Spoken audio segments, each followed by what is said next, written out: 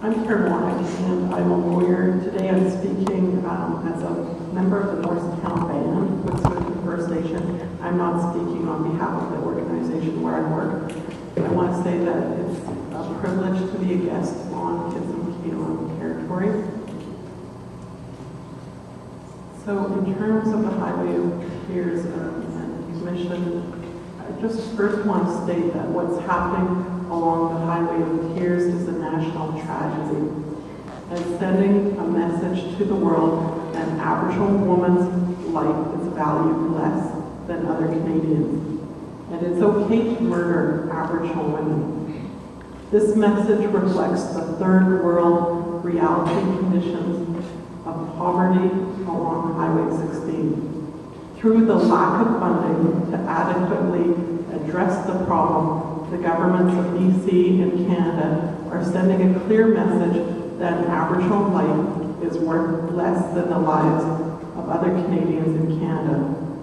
If these missing women had come from Victoria or West Vancouver, there would be extreme media focus, attention, and serious funding to adequately address the problem.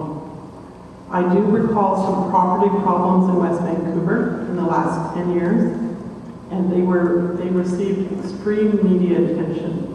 And this was really upsetting to me as a member of the Morristown Band, because property offenses in West Vancouver were receiving more funding, more police attention, and more media attention than the lives of the missing women along Highway 16.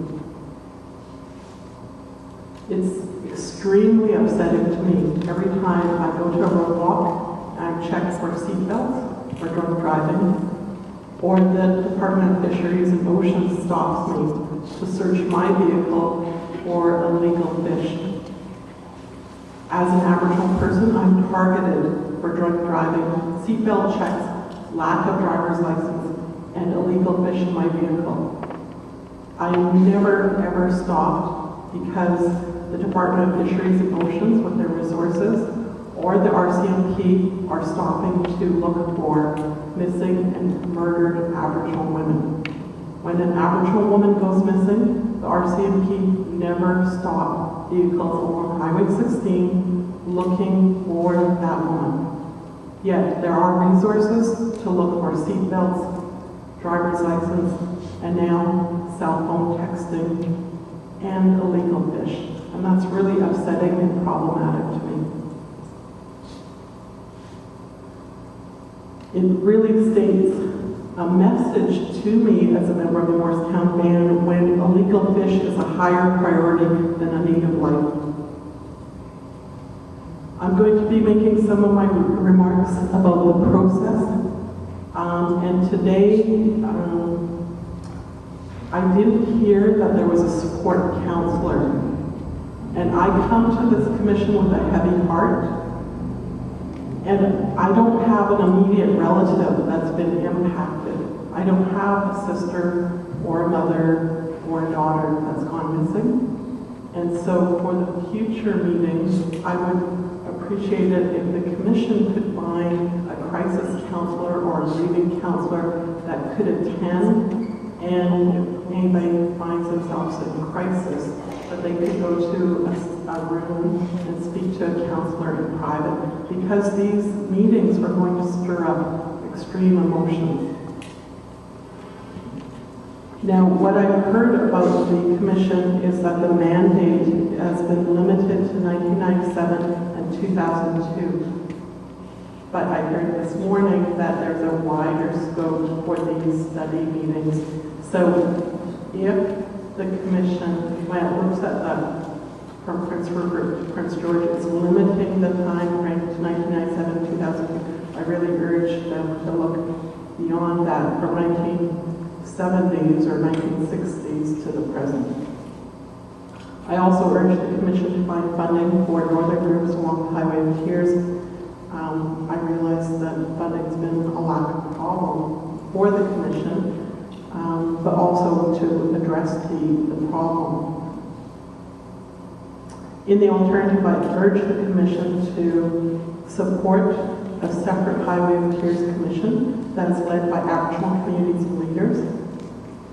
Now, I have great respect for the staff here that's come up to Terrace and is hardworking. And with all due respect to the staff, I'm not signaling any person out. I noticed as a member of the Morristown Band that only 3 of the 16 staff on the website are Aboriginal. And that's really, when you think about the disproportionate impact on the Aboriginal communities and the skilled pool of candidates to choose from, I think that's a disgrace. To name only a few, there's Chief Herb George, our Chief Satson. He's from Wet'suwet'en First Nation. There's Chief Judith Sayers, well-known leader from Vancouver Island. Chief Edward John from Prince George area. So there are some really strong, articulate, intelligent Aboriginal leaders that could have been appointed to this commission.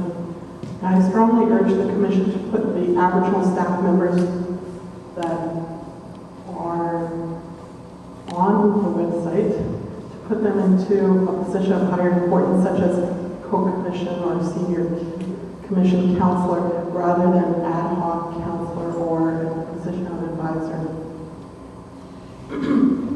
In terms of the procedure, I noticed that the Aboriginal communities weren't invited to participate in a manner which reflects their Aboriginal culture and heritage. I do note that today there was a traditional prayer and a welcome from Chief Roberts, but the way that the website is listed in terms of, this party has standing and this party is going to, being invited to participate, it's not in an Aboriginal manner, it's in a procedure that's predominantly European Canadian. So I urge the Commission to expand its mandate to be more inclusive of Aboriginal communities by participating in traditional Aboriginal ceremonies. So for example, in Morristown, where I'm from, the Commission would participate in a traditional feast. And that's where my community members would feel included and they would feel more freer, I think, to express themselves. And each community has to be approached and respected in a meaningful and inclusive manner. I also noticed that this commission was not designed with Aboriginal consultation and accommodation in terms of, inviting the community to say, how are we going to lead this Missing Women's Commission? What is a manner that will be inclusive of the Aboriginal communities? So I really urge the commission to revisit its practice and procedure. There was a 2006 Highway of Tears Symposium, and I urge the Commission to adopt and implement the recommendations. And some of my remarks will reflect the 2006 Highway of Tears, specifically around transportation. And Chief Roberts spoke about having the Greyhound bus do more. The Greyhound bus has a free ride program for people who cannot afford to ride the Greyhound bus. This program has to be expanded and targeted to the population along Highway 16. As well, a shuttle bus transportation system should be established. This is an extremely expensive thing to implement all along Highway 16, but really we have to think about the value of Aboriginal lives. I've mentioned my displeasure with the Department of Fisheries and RCMP. I think every government employee working between Prince George and Prince Rupert should be contacted and used as a female hitchhiking detection network. That should be a priority of both federal and provincial government. That a number of safe homes be established, including possibly the Ministry and Aboriginal Social Services safe homes between Prince Rupert and Prince George. Finally, I think that there should be serious funding for the RCMP to address this problem. I think it's easy to scapegoat the RCMP from Prince Rupert to Prince George and point fingers at them and say you're not doing a good job. I believe that in certain incidents, the RCMP have not taken this problem seriously. I don't think that's widespread, but I think there should be proper funding to adequately address this problem. Finally, another final remark. Emergency phone booths have been taken down pretty much all on Highway 16. We need emergency phone booths to be in place along Highway 16 at strategic locations. So what is happening along Highway 16 is not just a national disgrace, it's an international disgrace. This is our Tiananmen Square, this is our Holocaust, and this is our Wounded Knee. The weapons of war today are apathy, indifference, and lack of funding. Thank you. Thank you. Really appreciate the appearance here this morning. I just want to apprise you of a couple of things. First of all, the commission is not confined in 1997 to 2002 as far as the study commission is concerned, and so that's why we're here. We know this is an ongoing issue here. That 1997 to 2002 parameter at the time deals only with the downtown east side. It was when Pickton was arrested in 2002. That's the reason for that cutoff. Secondly, the Aboriginal community has been an integral part of this inquiry from day one. We have met with a number of the chiefs. In fact, the first hearing will be held in Vancouver in October, and the Grand Chief Edward John has been invited to be the opening speaker. Grand Chief Sean Atleo, as well as Stuart Phillip and other chiefs have been a part of the deliberations. They've attended at our meetings, and the last two meetings that we had in Vancouver and in George, they were open with traditional prayers and with traditional ceremonies. And we invite that, and we are grateful that the elder appeared here this morning, Elder Mildred Roberts, and we want to be accessible to and amenable to Aboriginal traditions. And we've said that from the beginning. And when we go to Morristown and we go to Gitnell, we welcome prayers and we welcome the ceremony. We've always done that. Our doors are open. If I can just clarify, I don't mean that Aboriginal people should be speaking or invited like our elder was today doing a prayer. I think that's appropriate, but what I was talking about was Aboriginal design of the process. So not just inviting people to start do opening remarks and the prayer, but to actually design the process. If you understand my... Well, I can tell you shortly after I was appointed, the first people I contacted were Grand Chief Sean Atleo, Ernie Cray, and Doug Kelly. And I met with them privately, which I've never done with anyone else. And that was just to get the process going, to tell them that they were welcome and we wanted their participation and their advice. So thank you for appearing. Your advice is very much appreciated. You made some points that we need to consider. Thank you. Thank you, Mr. Commissioner. Ms. Wonnet, I know you have some court pressure. Do you mind if you could stay a few minutes for some questions? Thank you. I have to stay over there because let me just stay with a couple of notes I have. Okay. And if you want to focus on Ms. Wonnet, that's just fine. I'm more interested in people hearing. I want to just get some help from you for our benefit. We are familiar with the symposium that took place in 2006, and it seemed to us in reading that it was a very important piece of work. There were a lot of people with very good ideas and brought a great amount of energy and concern. subject would understand that it covers so many people. So yesterday, when we were in Prince Rupert, we were asking some of the speakers about follow-up to that and what's been done in terms of recommendations. And so if you don't mind, I'd like to ask you just a few questions about some of that, and you already touched on it for us. One of the things that you mentioned is the Greyhound Bus Free Ride Program. We've read about it, but we don't know about the implementation of that. Can you just help us understand what's been done about that recommendation? And I'll give you back the microphone.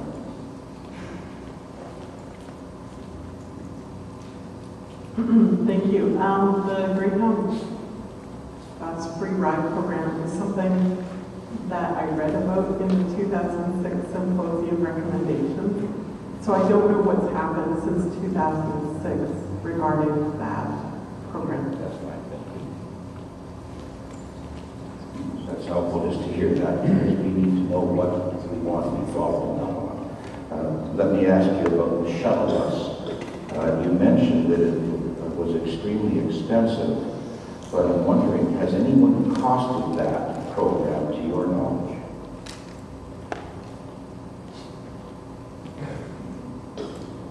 Right now, it's on a per van level. So I understand that some of the Kitsumkalum communities possibly have implemented them. In Morristown, we've looked at Morristown shuttle from Morristown to Smithers, and I was told that was too expensive. I don't have the financial information, but it's been something we've been asking for 30 years in Morristown. And I think from Prince Rupert to Prince George, there's so many reserves, and right now it's being approached on a reserve by reserve level, so it's up to the reserve or the neighboring town to take that initiative and implement it. And there hasn't been a regional response, which I think would be more comprehensive and I think would fulfill the needs of the communities. We appreciate that answer, because it would seem that on a van-by-van basis it's much more difficult than on a regional basis. And we are mindful, believe me, we are of the understandable view that the loss of life can never be balanced. But the cost of investigation on these homicides is incredibly expensive as well. So that's why we're asking these questions about the financial implication. I wanted to ask you about one other comment you made near the end of your remarks. And because you're in the legal profession, you would have an exposure to some of the concerns from a different perspective than that of the people who are marginalized. You said that the RCMP doesn't take the problem seriously. And given the concern that we've been asked to deal with in terms of focusing on police issues, and that's in the questions that we've asked people to come to think about to help us, what is it that makes you say that?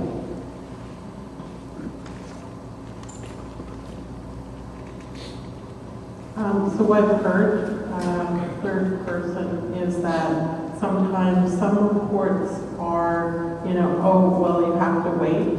We're not reporting this as a missing woman or missing person's case because we have to wait for 24 hours or 72 hours. Or we suspect that this person has just gone off on drinking binge, so because they're a person that's known to the RCMP, so we're not treating this as a missing person's case. Or we suspect that this person is a runaway, a teenage runaway, so we're not going to report it as a missing person's case just yet. Or the other one is where the person is married and has children. Well, this is just a spousal incident. It's not a missing person's case. So we're going to wait and see if this person just returns home. So those are the comments that I've heard third person. I know that there's dedicated RCMP members that do take this problem seriously. And I'm hoping that we can have an Amber Alert system or some other system from Prince George, Prince Rupert in the future, an Aboriginal woman or any person goes missing, that, you know, we could have roadblocks, we could have people, you know, being stopped at roadblocks to check for missing women, because it still really upsets me when I get stopped for illegal fish in my vehicle, and yet there's not that attention when a missing Aboriginal person goes missing. And I know there's a lot of focus on Aboriginal women. There are, from I've heard through third parties, that there are Aboriginal men that go missing and they face the same conditions of poverty and so on. So it's for both genders. Well, I just do want to say on behalf of all of us, we appreciate you taking the time to come. Your comments have been very interesting, and we're grateful to you for taking the time, knowing that you were for this moment. Thank you. Thank you. It's an honor to be here in the Kitsumkalum territory. I have made a written submission, and my submission is called "I Need the Service," and it's about assimilation. This is part of my thesis for my Master of Business Administration at Royal Oak University. It is one segment of the thesis, and the citations that I have included in it, experience of technical difficulties with networks.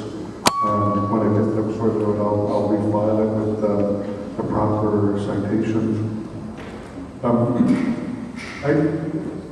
In my submission, I talk about how the scope of this inquiry is very narrow, and yet when you're dealing with First Nations and Crown relations, the difficulty becomes even more magnified. And underneath the surface, you need to deal with unemployment, poverty, access to education, the denial of rights and title, and policing and the relationship with First Nations. And typically, the historical relationship between First Nations and the police is one of conflict and adversarial relationship.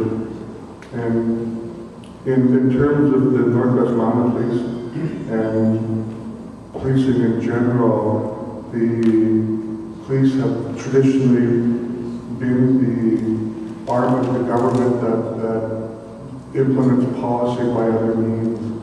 And there's a natural adversarial relationship with First Nations when you're placed in that kind of position.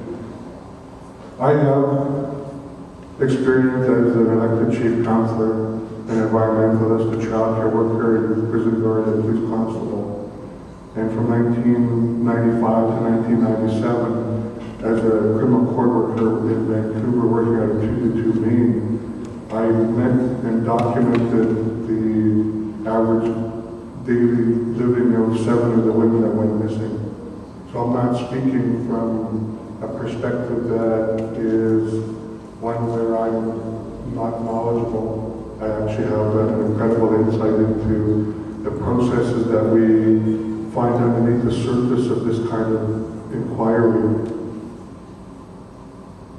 I do state in my written submission that there are a lot of good police constables and policemen that serve the public very well, and that we can't paint everybody with the same paintbrush, and that the whole policing sector is bad and is negligent in their application of their duties. In my career, I found it to be quite the opposite. I think what you have is you have two different cultures with totally different core values that are placed together in a situation, and that is a recipe for this type of situation that happened where the First Nations women fall through the cracks of our social safety net. And I want to provide you with a number of insights into the kind of things that happened to me. I'll leave my written submission as what it is. It's there, it's written for prosperity, and I'd like to provide you with a snapshot of a typical kind of experience that the First Nation will go through. I was born and raised in Kitsumkalum, and my mother was displaced when I was 2 years old because she married an Italian immigrant. She lost her status, and she was forced to sell her house for $600. The Indian agent and the chief at the time was forced by the Indian agent, wanted her to take her children off of our band list. And my mother said no. So the Indian agent went there and said, if you don't, we're going to throw you into jail. So she said, go ahead. If you don't sign the children off of the band list, then we're going to take away your house. So she said, go ahead. 2 weeks later, he came back and said, we're going to throw your parents in jail and take away their house. She said, go ahead.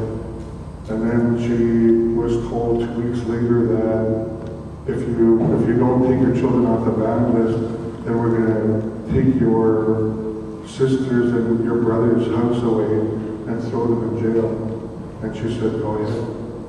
And through all of the adversary that she went through and the pressure to take her children off that band list, she was actually very smart. What she did is she allowed my grandmother to adopt us, so that we technically we were under the care and control of my grandmother, and we were not taken off the band list.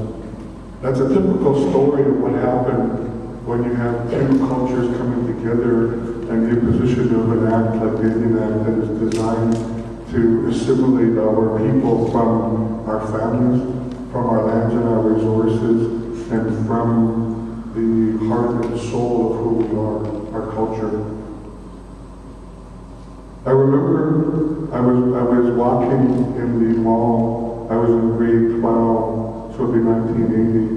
It was a Saturday morning, and I was walking from the bottom floor of the mall to the upstairs, and I tripped, and I almost fell. And there's this little old lady and this little old man walking down the stairs, gray-haired, and I'm going to be very graphic here, excuse my language, but the little old lady said, look at that effing Indian, drunk as a skunk. And I stopped in my tracks, and I'm like, that's somebody's grandmother that is judging me. He knows nothing about me, and I'm sitting there being accused of being drunk in a place on a Saturday morning. And I went, wow.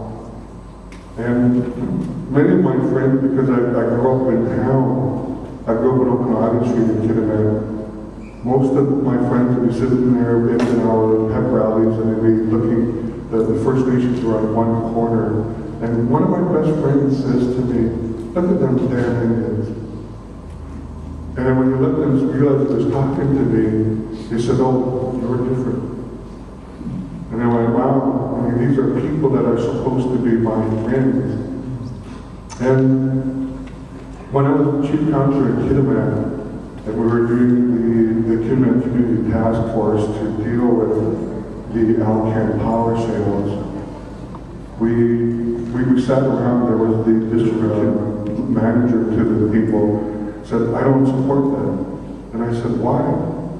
Because we can't have the highest above anybody else. They can't have a job before any white person has a job. And I said, you're kidding me. I mean, in this day and age, said, that's really old guard thinking. In fact, that's extremely racist, that we can't have jobs, that everybody else has to have jobs before the highest will have a job. Then we went into the next round, and then when it came to my turn, my next interest is the highs that want to realize our full business potential. And the manager for the district said, I can't support that for the same reason. It was only in 2006, it was not that long ago, and I was flabbergasted that a well-educated person representing the district of Kitimat could get up and state something like that to me. And no one in that room would actually back me up and say, you know what, you can't talk like that. It was a very intense situation. But that was acceptable, and it is acceptable for people to talk like that. And to give you an example of how interesting it became, when we appeared in the hearing, we applied for intervener status in the District of Kitimat versus the province of British Columbia.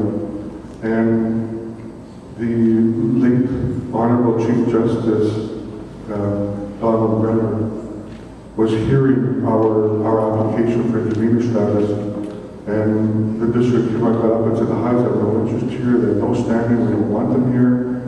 And the province took no position, and we got up and we spoke online. Our Aboriginal rights and title needed to be addressed in that forum, and we were here to articulate and define what those interests were.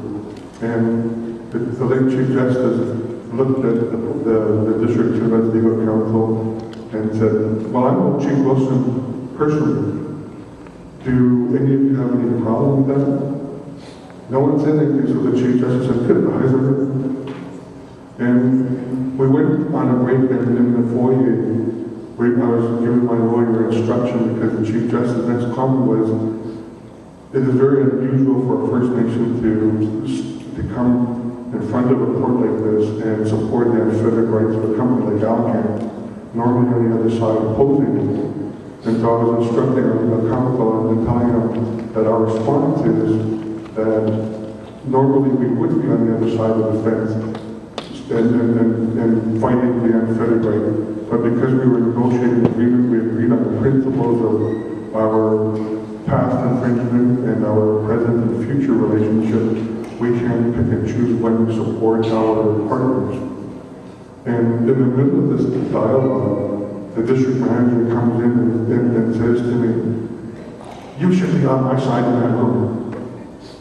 And I said, no, excuse me, you're actually interrupting a very private conversation. But I said, I want to address your question. She said, you stated in a very public forum that the Highs can't have any jobs until every white person has a job. And that we can't have any businesses until all of the white people have a job, have businesses. And you expect me to stand here in this room, in this legal forum, and say that I'm your friend, that you're my friend, that I'm supporting you? It doesn't work that way. We've got our interests that need to be addressed, and we need to be very clear on what those are. As I'm leading up to my final piece, when I was a police constable fresh out of the academy, and our academy was in the Ontario Provincial Police College in Grantham, Ontario. I was sitting there with a Vancouver Police Department sergeant having breakfast, and at the time, OCA was going on, and the sergeant says to me, you Indians have my support until you start throwing up these blockades. And I looked at him and I said, you must not be a very good cop. And he said, why would you say something like that to me? And I said, well, they said, your job is to find the truth. And you're making the judgment on people that you have no idea, and you're basing it on the media presentation on what they think that people want to hear. And I said, so people are being inconvenienced for an hour driving each way, and after a couple of months being inconvenienced, people start pelting them with rocks and threatening them. And so I said, so who's the savage here? I said, these people have been inconvenienced for over 300 years, and their interests have not been addressed, and they're still peacefully saying we're protesting, and they get pelted with rocks. I said, who's in the wrong in this instance? And I bring it up because that's the type of attitude that we face every single day. And it provides an insight into the kind of behavior that goes on when you're in a conflict. when you have different cultures with different values that are supposed to be working or living in the same area, and you do not deal with the trauma that people of a subjugated culture have been forced to endure every day. My final piece for you is that in the document that I've submitted, I provide my citations and my bibliography, my references, and there are some of them that are, my citations are Karen's. The interesting aspect of that is those quotes, those citations came out of a 1967 document called the Survey of the Contemporary Indians of Canada. Those values back in 1967 are still valid today, and yet the Crown, whether it's provincial or federal, have failed to address any of the recommendations that its own constitutional experts provided to them. And what does that have to do with the missing women? All of these issues need to be addressed. The poverty, the lack of education, the lack of economic development, and the denial of our rights and title to our lands and resources, because those are the values that provide our people with food, shelter, clothing, sustenance, and wealth. And unless you have that as a minimum standard, and if you're living in poverty, you end up in being displaced. And in the 7 people that I worked with as a criminal co-worker, that was their story. There was a lot of trauma and there was a lot of abuse that was never dealt with, and they ended up living on the east end of Vancouver. They ended up on East Hastings. And that is a symptom of many problems that need to be addressed. And if we fail, you need to understand that our problems are your problems. And if we fail to address those issues, then this is going to be the normal outcome that brings us here today. Now, as board of directors of the Native Quarterworkers of British Columbia, I'm representing this region. The resourcing for providing services to people like those 7 women that went missing, our funding has been consistently frozen for the last 12 years. We've been asked to provide a service to people that have been displaced, that are in conflict with the law, and we have been asked to do more with less. And when I was a criminal court worker in Vancouver, my caseload was cleared files everywhere. And so, in terms of what we're here for today, that's a snapshot of the life that we live. Thank you.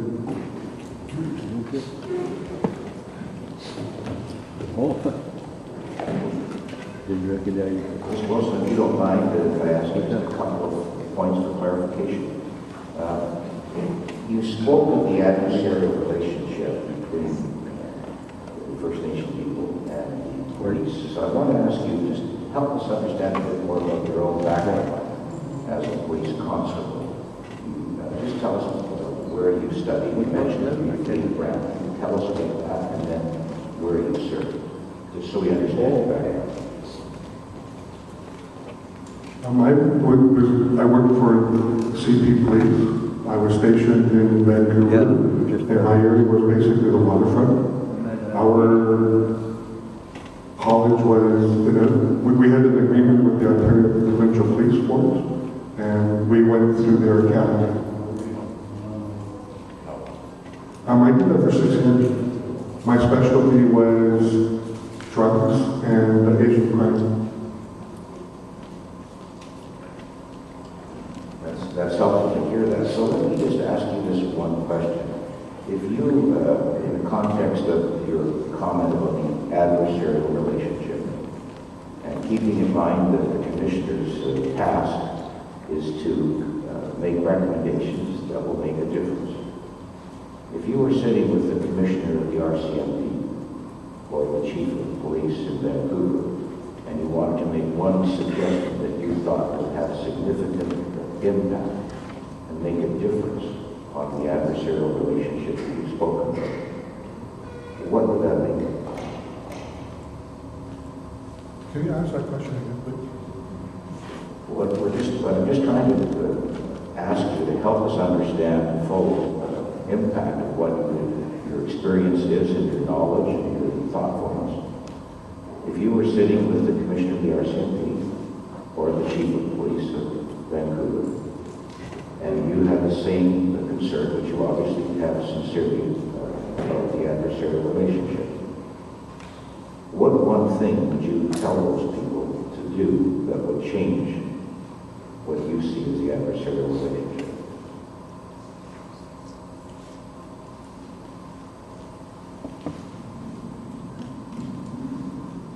That is a very loaded question, and it is not capable of being answered with just one element.